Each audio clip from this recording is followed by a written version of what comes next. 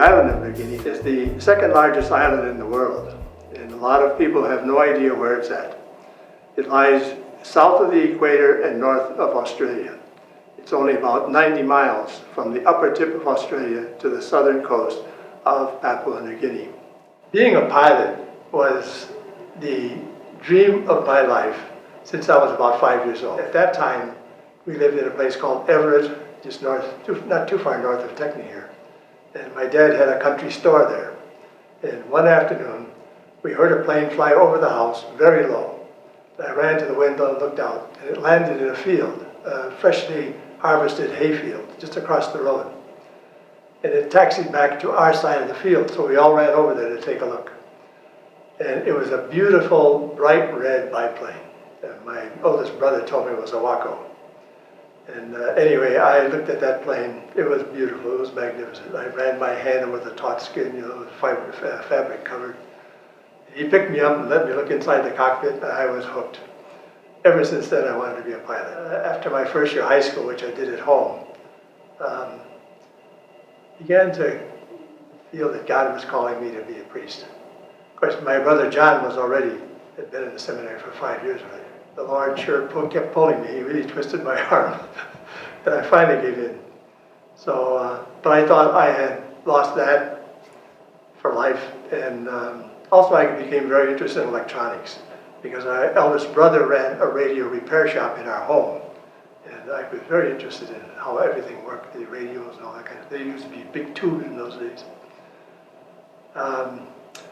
But after I was at the minor seminary at East Troy, Wisconsin, I heard that the SVD were using planes in New Guinea. It had been since 1935. And they said possibly they'll use them afterwards. So my hopes still rose. I love flying. I love just the joy of being up there, the freedom of it.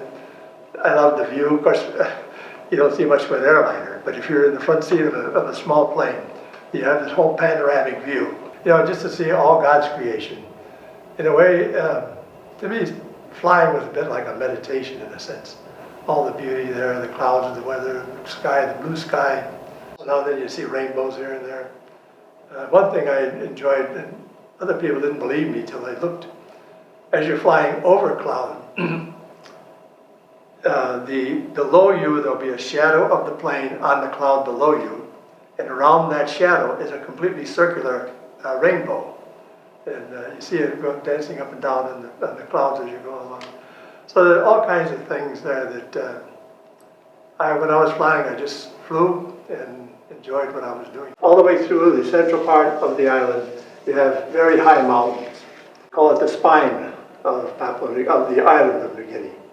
These mountains range on average about 10,000 feet. They make it very difficult for transportation there in New Guinea.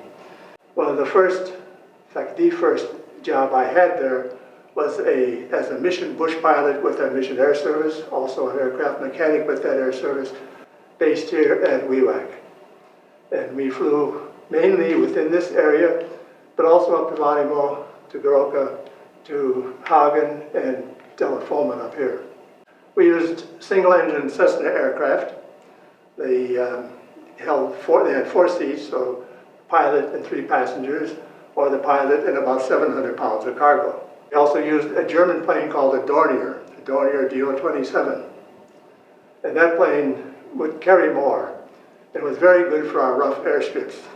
It carried about 1,000 pounds or 5 passengers. Most of our airstrips were quite rough. They were just grass strips built by hand.